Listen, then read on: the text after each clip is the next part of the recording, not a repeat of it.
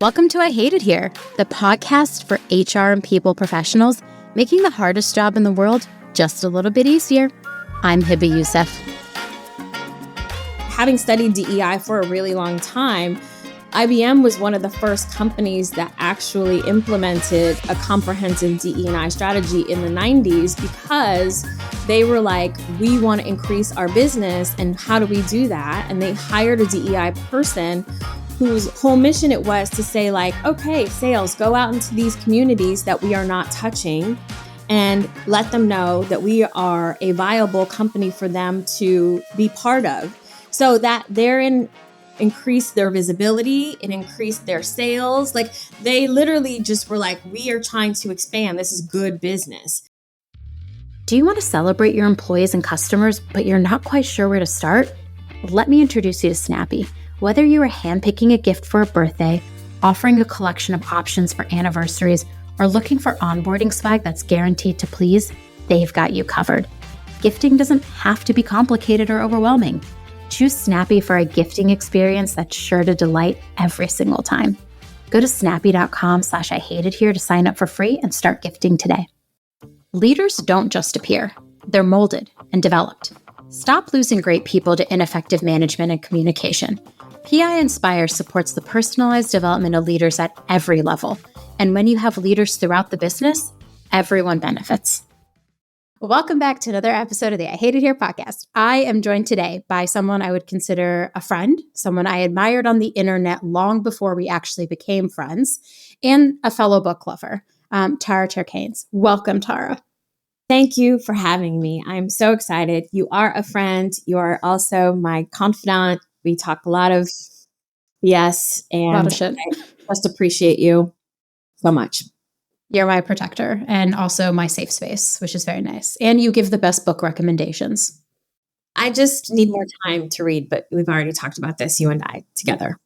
What's the job where like you just read and you get paid really well to do it? Because like they don't pay editors enough to be reading books.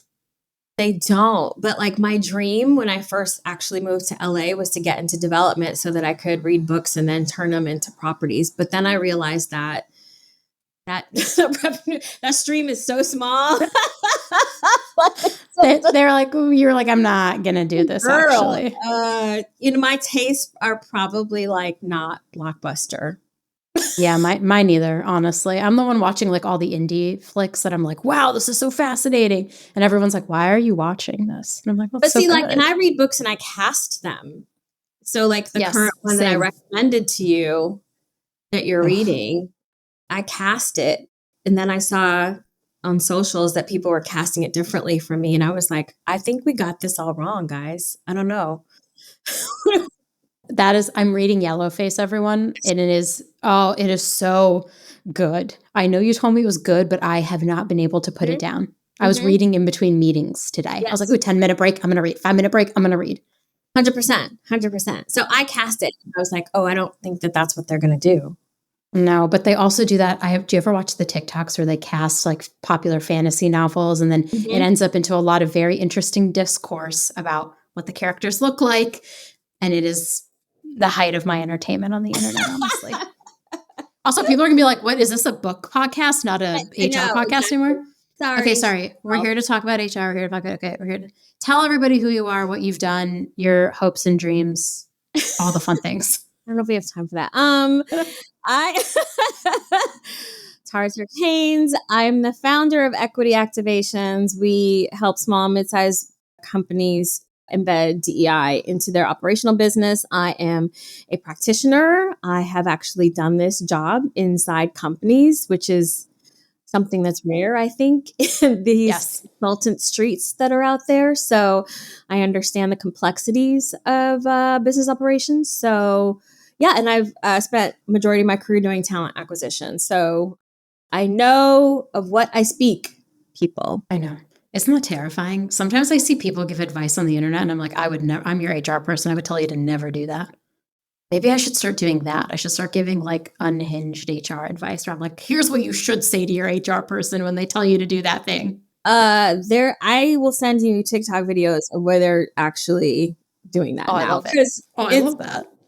Yeah, peek behind the curtain. I think more of us need to like lift the curtain up a little bit because there's a lot of crazy advice out there that's not good. Not stable. And so you've done this work.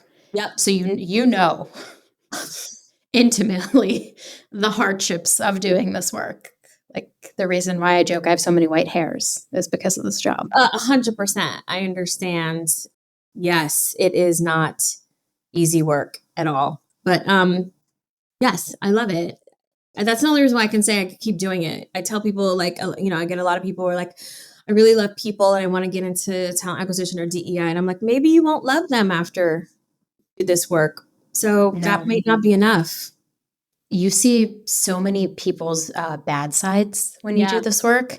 Mm-hmm. And it's hard to like continue believing in people when you have to see the hard parts. And like also we as the HR people, like we can't be shitty to each other. We're not allowed to be shitty to employees, but sometimes they can be shitty to us. And rightfully so, they're probably upset about something. But a lot of times like we're not the people at fault for the thing that we're trying to fix. I think I'm coming to this realization that we have a fundamental lack of understanding of what other people's experiences are within the world. And, a lot of people are standing 10 toes deep on feeling rather than fact. And I think HR and DEI and talent acquisition people are charged with this sometimes really shitty task to tell people that your feelings aren't facts. And this is why this needs to happen. What do you mean my feelings aren't facts? What? I'm just kidding. I wish my feelings are facts. I'm so rich, but guess what? I'm dying. That's so true. I'm going to think about feelings as facts now for like the rest. That might be the episode title. Your feelings are facts. Here we go. It's so interesting too, because we're talking in the month of February, my favorite month when companies remember that Black people exist in the world. I'm just kidding. That's really what it feels like though during Black History Month, where suddenly you'll see people come out of the woodwork and say they care so much about the experiences of others. And you've worked in DEI for such a long time. When you see these things happening, do you ever think to yourself, like, this is just performative? I'm watching performative work at its best. But here's the thing, like, okay, so the reason why Black History Month, aside from the obvious reasons, is my favorite is because it's the one that starts off all of the observances month for the year. Mm-hmm. So what companies are starting to do for Black History Month, they're likely may do for Women's History Month, for LGBTQ. Like there's a slew of observances months, right? And I think it's fair to say that we should have a comprehensive conversation on what the goal is to celebrate these months. Like, what are you trying to achieve? Which goes back to your DE&I strategy. Like, what's your goal in celebrating this? And that should inform how you then, in fact, actually do it. Yeah. So it's fascinating to me because as I think more and more about embedding DEI into business operations and strategy, so many companies are treating this like an initiative, like a throwaway, like, hey, shortest month of the year group of people. There's historical ways of they've done it badly. When Walmart did that whole, like, was it like kente cloth ice cream or something? I don't know. I was about to say, in my head, I thought it was ice cream, but I was going to wait for you to say it. They did something awful with ice cream and everyone was like, ooh, too far.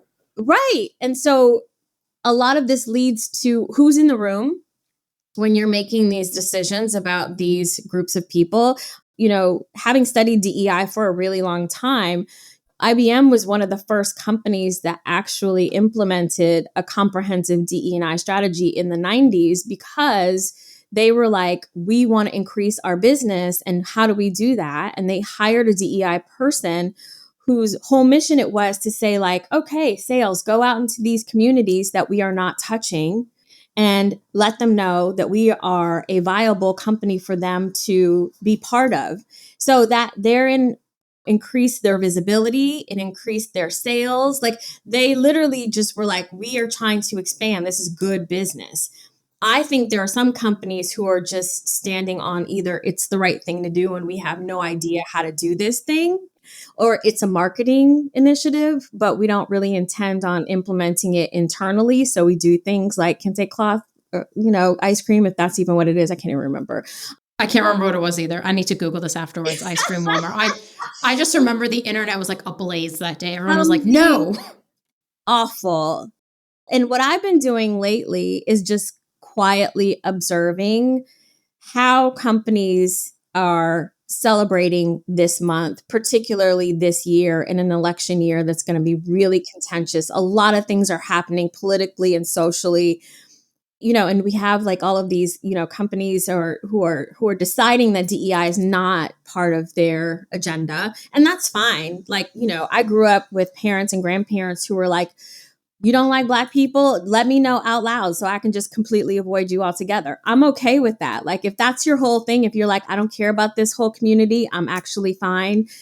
Show yourself. That's fine with me. But the pretenders are the ones that are most difficult. So, I'm getting all of these, like a lot of people, like my inbox is flooded with newsletters and, recipes and all of these different things I get like daily. It just drives me crazy. And I just go on a massive deletion spree. But I've been noticing, I'm like, so for Black History Month, some of these like food newsletters can't even celebrate like Black food. Like there's not enough content. You mean to tell me when it comes to Black food that you can't highlight some content creators who are doing interesting things when it comes to food? Like, do we not contribute to the fabric of a food industry?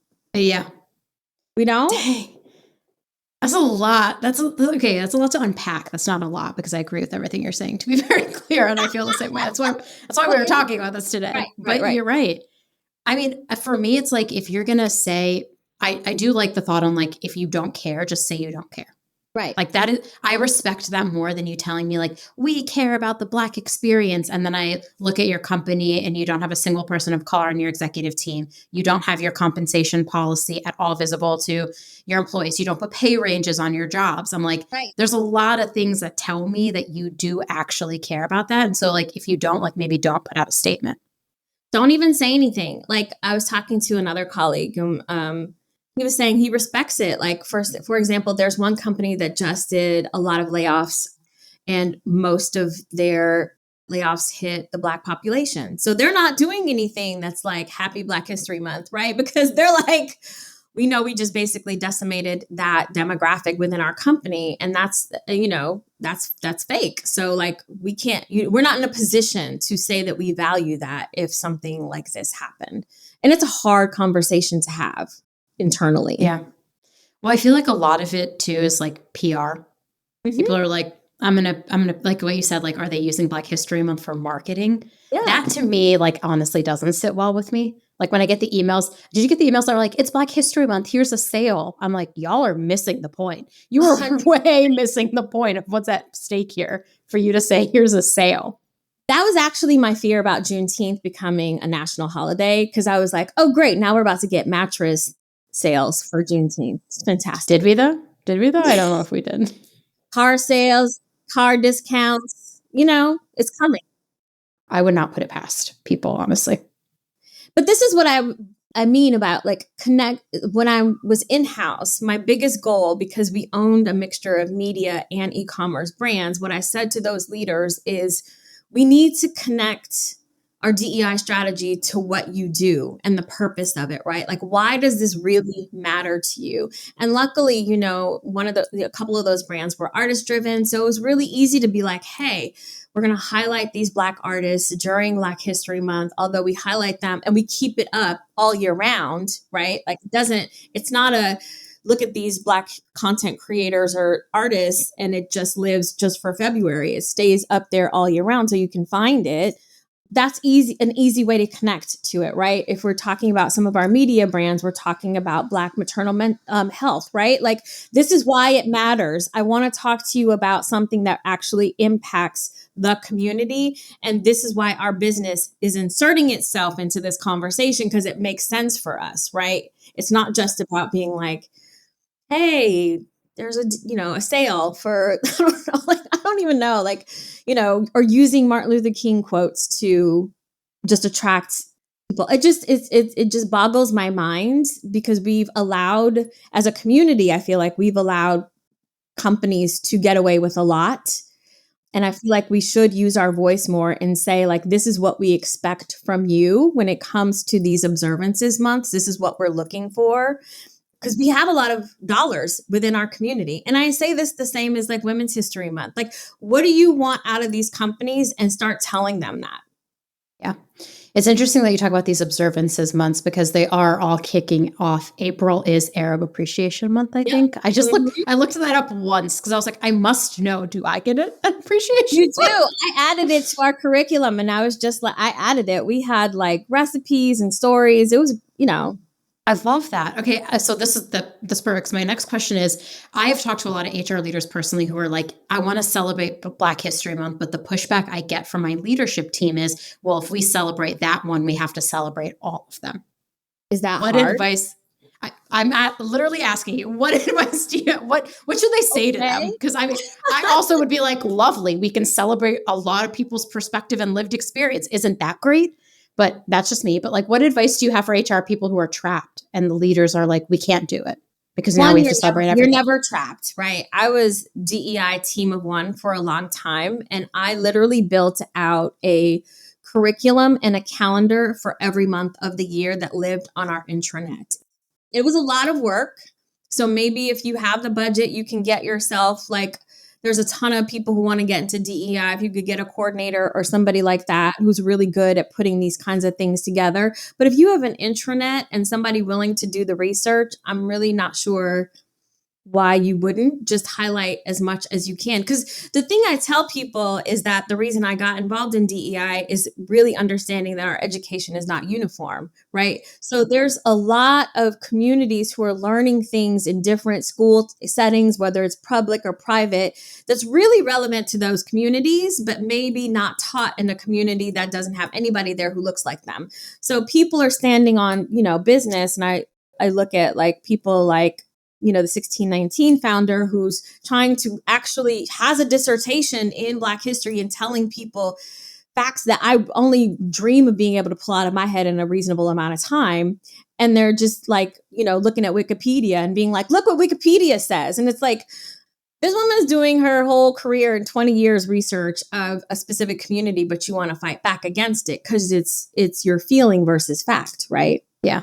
Again, back to the fact of feelings. It's interesting. Like, I actually think if I'm trying to remember the beginning of our friendship, it was because last Juneteenth, you were featured in an article. And I think I reposted it and commented on how I never learned anything about that growing up. And I don't think I grew up in the South. Like, I grew up in Virginia Beach, Virginia, which, I mean, some people still flew Confederate flags. And I go back and I'm just like, gross, please stop. Right. Like, right. I don't love it. Right. So I think it's very interesting because there's a lot of things that we don't learn growing up. And even then we're so young that we haven't really learned the critical thinking skills to be able to ask our teachers, well, what did Black people experience during this time? And was the Civil War really fought on? What was it really fought on? Like, how did people really feel about slavery? And to get real answers from your teachers, you're just taught what's in the textbooks. And then you end up with this lived experience as an adult and you don't have exposure sometimes to multiple communities. You do not. And I'm super grateful for growing up in Detroit, Michigan, where it is predominantly Black. And my teachers were like, whenever people post like, who name your first like Black teacher? And I'm like, kindergarten. Like, I don't have a memory of, I think I've probably could count on one hand how many white teachers I had. And now that's not to say like one's better than the other, but what I like to say is we saw what was achievable, right? We were seeing people who look like us teach us, which is really powerful in that moment, right? And having a mixture actually of those teachers, because, I had white teachers who poured into me too, but like the very idea that we're talking about things that matter in the community because those teachers belong to that community was really powerful for me. And I understand that that is not a norm. So when I go out into the world and I talk to people, I go, oh, you actually have a gap of information, right? Because this wasn't really taught to you. And I'm going to give you the benefit of the doubt and try to fill the gap of education so that our goal is basically for us to have a good conversation as coworkers, as collaborators, so that you're not saying anything out of turn that sounds a little beyond wackadoodle to me about my community, right? Yeah. So I'm not pissed off, right? I'm not going like, I have to explain to you why you can't touch my hair. Like, you should know why that is, like. I would sock someone for touching my hair at this point of my life and be like, what are you doing? What's that food that you're eating? Oh, I know. Oh, yeah. like there's a Why are way. you celebrating that holiday? Yeah. Exactly. There's a way for us to be able to actually use education so that we are minimizing risk within the workplace. That's the point. Yeah. Like, that's what we're doing. And it sucks that it falls on HR and DEI leaders and whatever. It does, right? It absolutely. I wish people had a viable resource where they could go out, like, because what's interesting to me is I actually said like last year something like, well, Google is free. And then all these little youngins came back to me and they were like, but there's so much misinformation out there in Google. And I was like, you know what?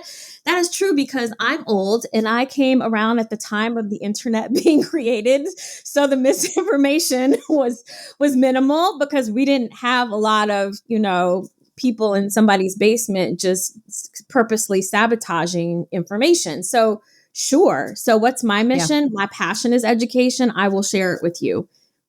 I think it takes like one time to put everything together and then you're just updating it every year. And there are a lot of HR communities that would be like happy to help an HR person who's balancing this. Yep. But I think if your company truly cares about inclusion, you can't ignore the fact that these months are happening.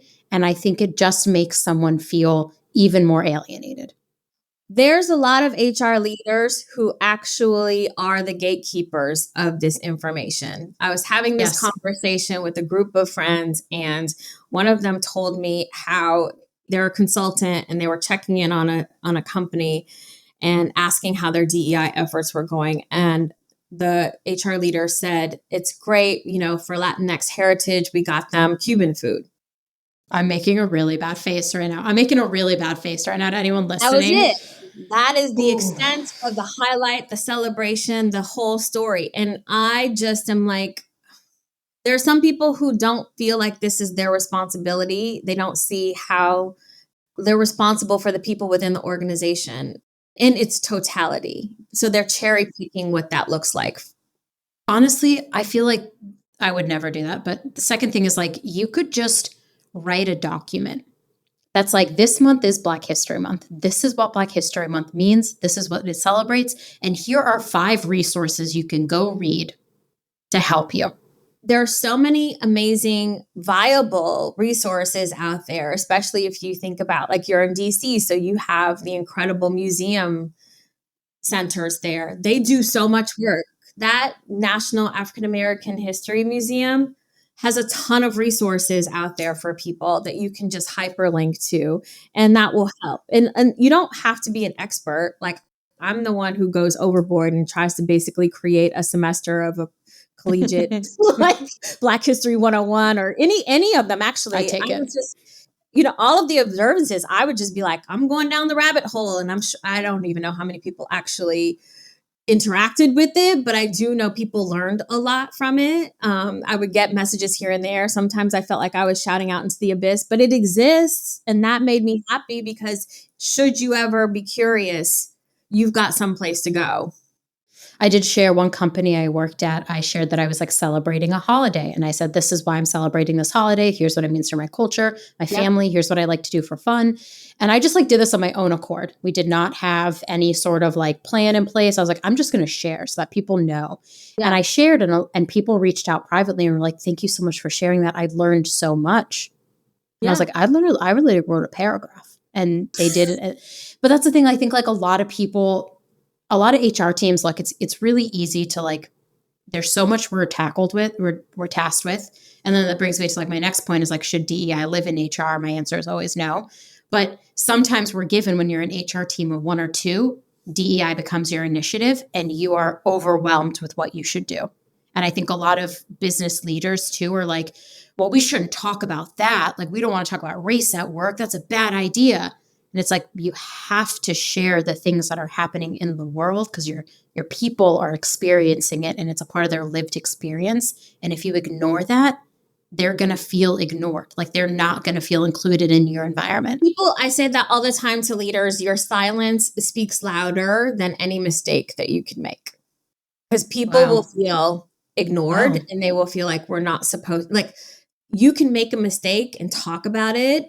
One of my favorite events that we did was we had a body conversation, a webinar. And I didn't want to do I hated the idea that in January, everybody's just like, I'm changing my entire existence. I'm just going to be like a vegan workout queen or whatever. And I just never me. And I'm like, I wanted to have a more comprehensive conversation about how do we view our health and our bodies in the new year? Like, what can we do to just make ourselves feel better? And I had a really great panel. And one of the panelists was this woman who blogs about fat positivity. And the fact that she kept using the word fat in our webinar, somebody got pissed, but we had a real-time conversation about it. And I'm talking about an organization that literally were just like church mice. Like, we said nothing. We were just like, this is so great.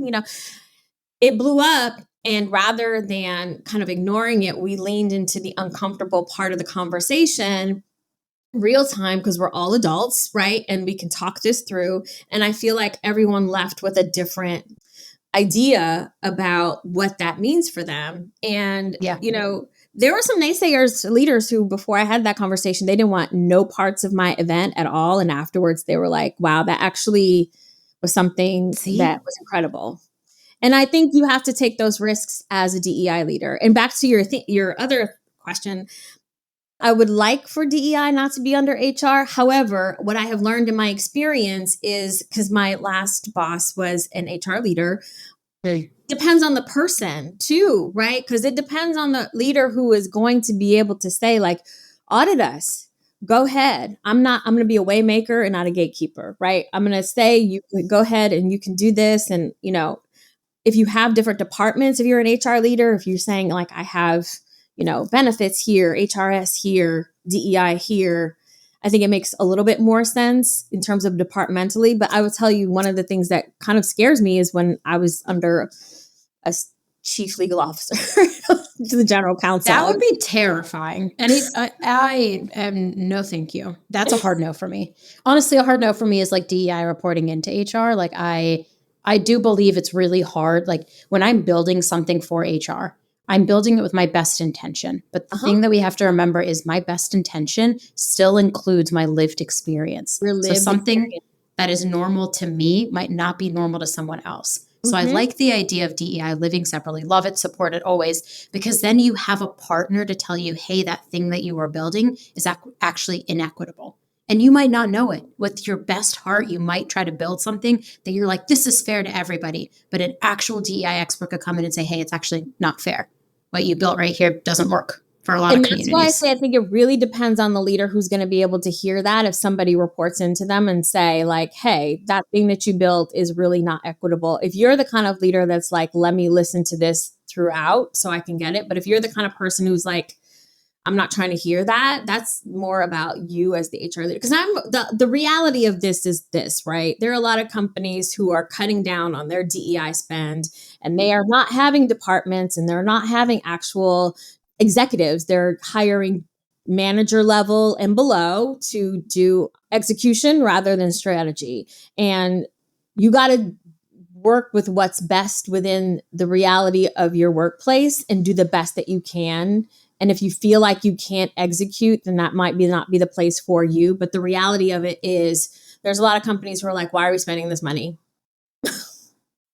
Did you know Employee Appreciation Day is March 1st? Your employees may be wondering how you're going to appreciate them this year. Don't get caught without a plan. You need Snappy. Snappy is the gifting solution for employees, customers, and everyone in between. The majority of companies are planning to celebrate their team, so don't miss out on showing your appreciation. Whether you have a specific gift in mind or prefer offering a curated collection for your recipients to choose from, Snappy has got you covered. Get started today at www.snappy.com/IHateItHere. The world of work has changed for good, but many HR performance management tools just don't cut it. Enabling performance in the modern world of work requires a modern approach, one that's agile and asynchronous, but still fosters connection and collaboration. Have you heard about PI Inspire? It was designed specifically for today's performance management challenges. It helps you gain a deep understanding about yourself and your team and share personalized insights to help you learn how to manage and develop each direct report. Meet people where they are and start developing new leaders at every level. Learn more about PI Inspire at www.predictiveindex.com. I come back to the fact if you don't care and you don't want to participate, just say you don't care and you don't want to participate. Say you don't care. I feel you're going to save a lot of heartache and a lot of struggles if you just are upfront about who you are. But no one wants to be.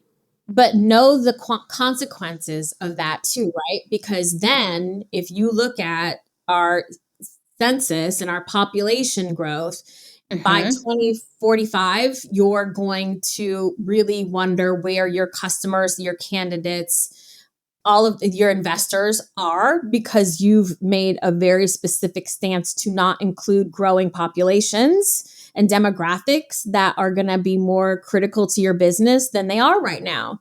So make your choice. Make your choice wisely. I mean, everyone knows there will be a day where I never have to say, but the business case for DEI, there will be a day where I never have to say those words again. And I look forward to that day because I'm going to celebrate with like a cake and balloons. I'm going to be like, people get it. They're like, your businesses are better off when they are more diverse. You want a lot of perspective. I've said that at one of the conferences I was speaking at. I said, I'm tired of making the business case daily. Even an in-house person has to make the business case every single day, because people are not clear about what DEI means. They don't really have the clear definitions and how it applies to what they do. And so when we start using terms that we, again, feel like they mean something as opposed to what they factually mean, there's got to be somebody in the room who's like, that's actually not what that means. Oh, you mean not just Elon Musk on Twitter? The Twitter discourse has been disgusting, to say the least. Just not something I really want to partake in or give any airtime to here, frankly, because I don't like that man. And I don't. No. And that's the supreme example, I think, of the assumption that somebody who has a certain level of status and money is actually smarter than the rest of us, which is not true. And I'm hoping that people are learning that that doesn't make you smart. That just makes you ability to fail up quite a few times. And hopefully that irks you like it irks the rest of us. Because if you put anybody else in that man's place who is a person of color or whatever, how many chances do you actually think that person is going to have to be able to say some of the ridiculousness? I was speaking of Black History Month, so I don't know if anyone's seen American Fiction, but I think it's definitely one of the movies that people should see. The movie is incredible, but the cast was talking about being labeled difficult because there's a perception of Black people, Black actors, if they ask for anything minutely. And I'm fortunate to have a lot of, friends who are actors who are in the business who verify this. Like if you ask for, a hairstylist who can actually do your hair, oh my gosh, she's difficult. And I think it was Jeffrey Wright was saying he was at some club and he saw a picture of a very famous white actor punching a photographer, like a paparazzi photographer. And he was like, just imagine if that was me. I would not be sitting here having this conversation with you, because that is the epitome of a career killer for some of us, right? Like not all of us have that. We can't be labeled cool if we're punching a paparazzi, photographer. We just can't. Yeah. Oh, that is such an interesting perspective, because you're right. There's a lot of things that I say, like, I can't do that. Right. I can't do that. I can't be acting like that, because people are the amount of times I've gotten the feedback that I'm aggressive or because I'm too direct and I'm honest. And I'm just like, what is aggressive about this? Because I have seen people. Microaggression. Oh, yeah. Passionate. You're very passionate about. I had one leader who did not understand why I was advocating so hard for people to be able to join meetings without their camera, because I do believe in neurodiversity. I believe we are actually in people's houses. Hello, this is my stuff right here. Y'all are invited in here, right?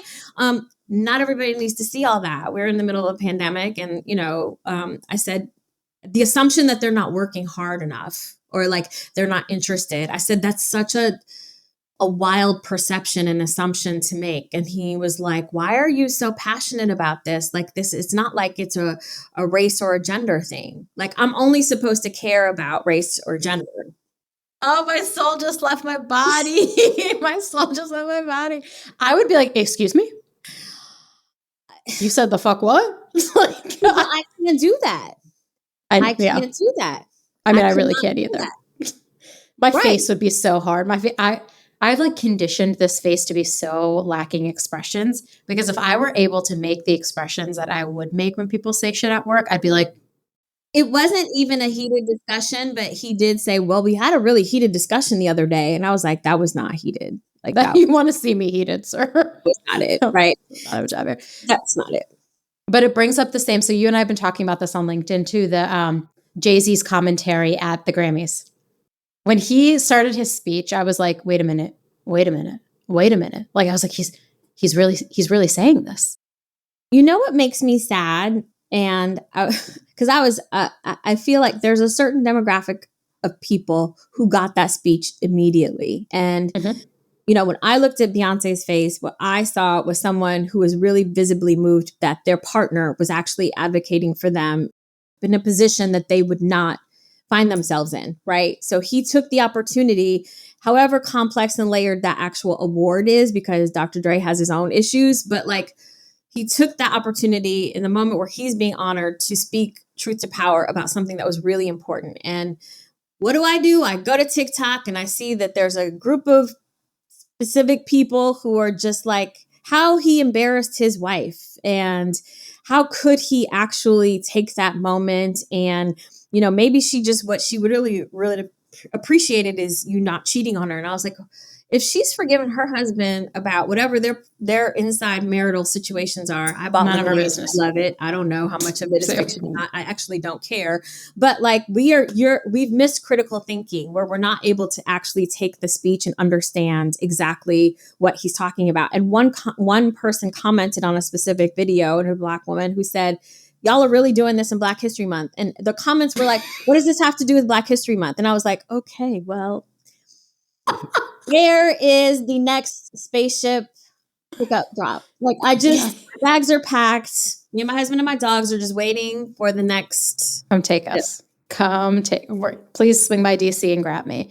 Yeah, I was just like, honestly, I was like, you advocating for your partner and making commentary about something very real is just, what could you say about that? Like, I don't care. Like, maybe the man, like, whatever he did in their personal life, we don't know. I'm also like, we literally don't know. What we know is fiction. Unless you show me the proof. Yes. Like, unless you're there and you're like, I don't want to know, actually. I'm actually standing on what he's talking about, which affects a lot of us, which is us not being recognized, even though we are going above and beyond, which, you know, I'm trying to pull back from because I actually don't want to be extraordinary anymore. I think I just would like to do my best and then go read a book at 6:30 and like call it a day. I don't want to burn out. But like, if there's anybody who deserves for their name to be spoken about, it would be someone who's, you know, done the likes of a Beyonce, right? Like there's a lot of Beyoncés at work. There's a lot of Beyoncés at work. Oh my God, that's the episode title.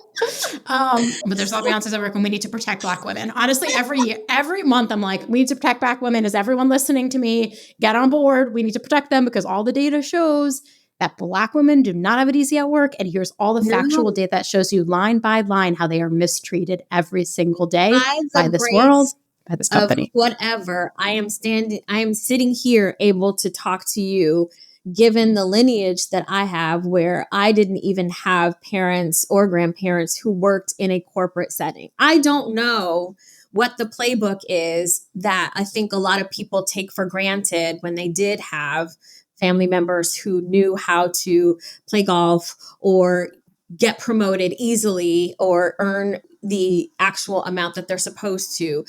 A lot of us are entering this workplace with no playbook. And the resources that we're getting from our companies are not enough. And they're doing trauma, and they're actively creating trauma for us. 100%. So I try to be a person who learn from my wins and learn from my mistakes constantly, which is the only reason why I stay on social media. Because I know there's a lot of people entering the workplace who look like me, who actually don't know what they're supposed to do. Oh, I love that. Don't make me cry on this episode. I'm not well. I'm very emotional. No, I mean, I think about that a lot. Like, I'm not a Black woman, but I mean, like, I have so much empathy for them though, because I experience my own, and it's not to be extreme Black women have, and I would never deign to say like I have the same experience as a Black woman. That's not allyship. It's allyship to me is like understanding both of us are experiencing different circumstances, and supporting each other is what brings me joy in life, honestly. Yeah. But I think about being like a first generation, like not my parents were immigrants, right? And so my dad didn't know anything other than like work really hard and you get rewarded. And I'm like, but I can work really hard and the game is still different for me than it is for other people. And I just set myself over the edge doing it. I love that. And it's like not competition Olympics for sure, but I think we can learn something from each other on what our journeys are.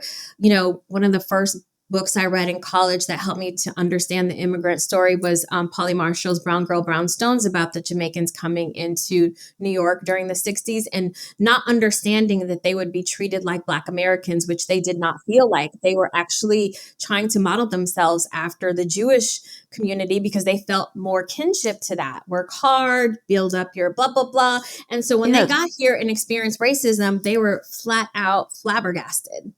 Like, what do you mean? We are not. Could you imagine? You know what I mean? Like, you know, which is why I will plug another movie during Black History Month, Cast. The book itself is incredible, but Ava DuVernay's movie Origins is like, I literally cried from the beginning of it until the end. Like, I could not, like, I had to sit in my car for like 10 minutes so my eyes could unswell so I could drive. Because, like, not because it's like the grief Olympics or whatever, and there's like a lot of grief to it, but because some of it is so moving that when we talk about superiority and inferiority within society, there are so many levels to it. And I just really want the people who need to see it are the ones who won't see it, but I hope that they do. Yeah. Anything she does, I consume instantly. Yeah. I'm like, oh, I can watch this right now. Okay, good. I'll watch it. Her work is beautiful. I mean, I think about all the anger that was felt towards the Oscars where like Greta Gerwig didn't get nominated for Best Director. And a woman has only been nominated for Best Director 10 times and 3 women have won. Yeah. Right. And I literally went to go look at the list because I'm like, what about Black people? Was like my first thought. I was like, I know it's not a game of like this or that, like women or men, Black people versus white people. But I think there's something to be said that there's like such little representation at those levels. And that means like those stories aren't being told. So someone like an Ava DuVernay, just like anything she makes, I'm like, please more, because the more that people see this and can understand what other people have experienced or how other people think or how other people are perceived by the world is how we build better empathy. And I just feel like we've lost the sense of empathizing with someone else because we are a selfish culture. That's very true. It's so funny that you say that because I think what the lesson we learned from that is even in DEI and workplaces, if you solve for the person who's having the worst experience within your organization, literally everyone is impacted by that because you are solving for the word, and I think when you think about representation, especially when it comes to entertainment and things like that, like a friend of mine sent me an anonymous Oscar voter who was like, we need to do away with DEI and this woke Olympics and and I was like, first of all, you didn't sign your name. And secondly, if you look at the organization and you find out who's missing, who's not in this room right now, whose voice is not being part of this story right now, then you're having a different conversation that I think is really important. And every company can learn from that, especially when we're talking about these observances months and these, who's deciding what your strategy is? Who are you running this past?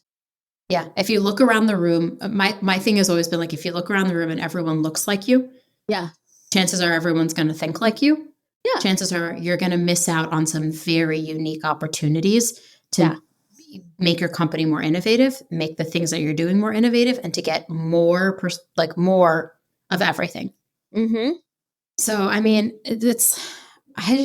oh God, I'm having a lot of feelings. Every episode I say I'm having a lot of feelings. Honestly, I should stop having my friends on these podcasts. Feelings. No, I think these are necessary feelings, and that's because we're actually not allowed to have them real time sometimes. Yeah.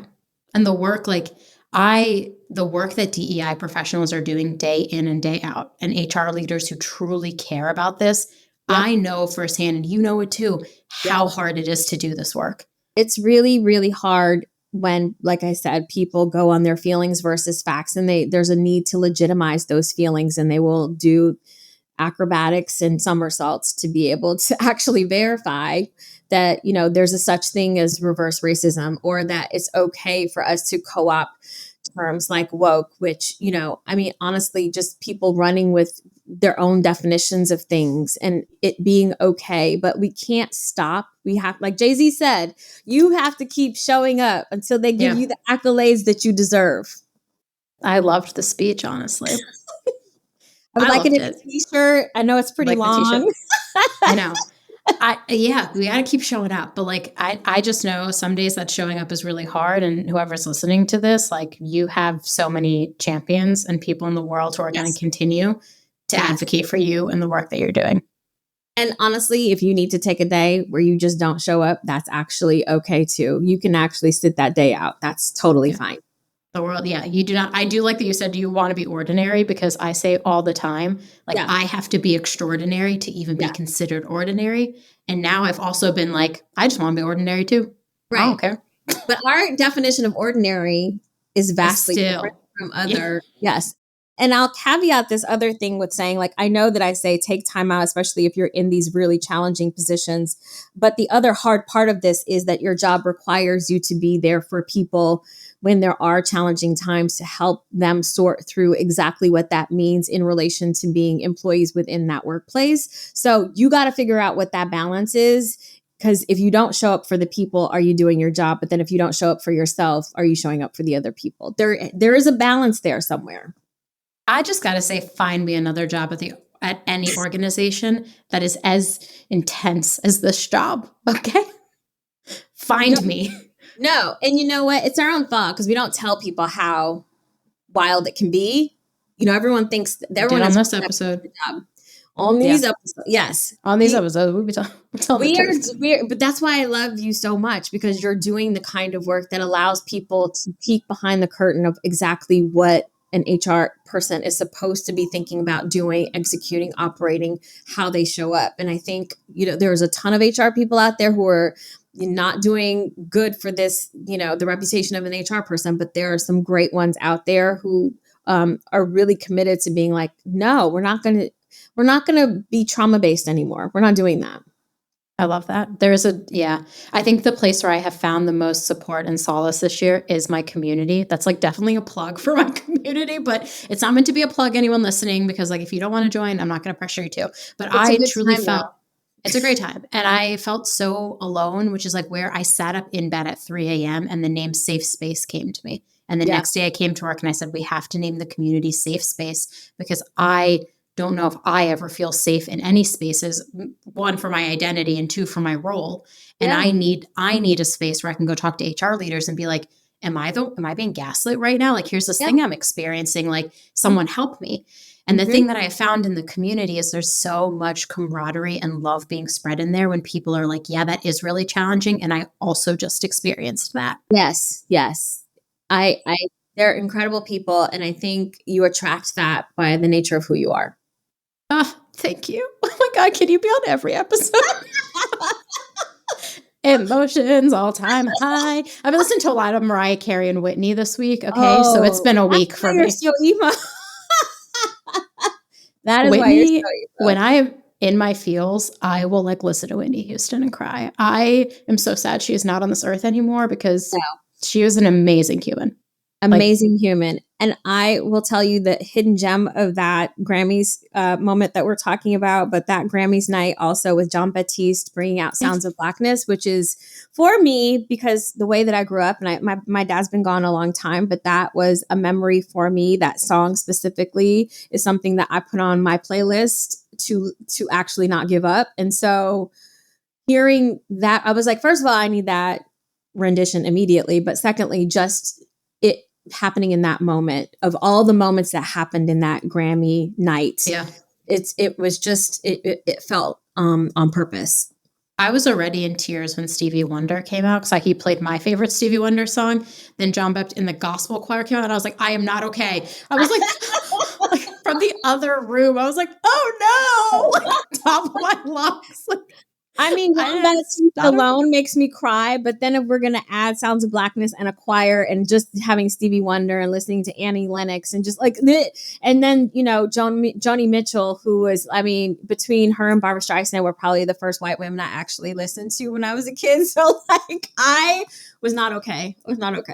I was already not okay when Mariah Carey stepped out. I literally screamed and then started crying. She is what I saw on TV, and I was like, that's me. Yeah. Like curly hair, like, not white skin. Like that is me. I was like, Mariah. And not identifying as white, actually, which was really powerful in a time where, someone who looked like her 30, 40, 50 years ago would have to pass. Yes, I remember. Oh, Mariah. If I ever saw Mariah Carey in person, by the way, I would actually probably drop dead. Like she is everything to me. I hope I'm there so I can explain to her why I'm sobbing. And sobbing. Well, so she's apparently supposed to be in Vegas when I'm in Vegas. I just sent the thing to my friend. I said, I don't care how much tickets are. I will buy you a ticket. You are coming to Mariah Carey with me. And she was like, okay, I know how much you love her, so I'll be there for you. Her literal response was, I'll be there for you. I actually need a Vegas fund at this point because Mariah said, I'm coming. And I said, girl, same. Like, I will be there with you. What are we singing? Is it Thank God I Found You? Is it Emotions? Is it Dream Lover? Let's go. I'll make the set list. You can sing it. I'll sing along backup. I'm going to need pictures and video. It's not going to be good for me. It's really I love this woman. I hope all of you know how much now. And tell everyone how much I love Mariah Carey. Okay, with the few minutes left, tell everybody how they can get in touch with you so that they listen to this episode. They want to be your friend now. But I am on LinkedIn underneath all of your posts and commenting on every post that you have. And you can also find me at equityactivations.com. You can send me an email. My email address is there as well. I am on the socials at Tara Haynes, if you care to find me there. But yes, I feel like I'm everywhere. You're everywhere, and you'll be linked in the show notes, so they'll be able to find you. They might cut that whole Mariah Carey bit out, but I really hope they leave it. I hope not. Editing team, you hear it here first. Like over and over again for the next few minutes. If this is how I meet Mariah Carey, this is all I've needed in life. Thanks for tuning in. Keep up with all the latest HR resources by subscribing on Apple, Spotify, Google, or wherever you listen. And if you love I Hate It Here, tell an HR friend. I'll see you next time.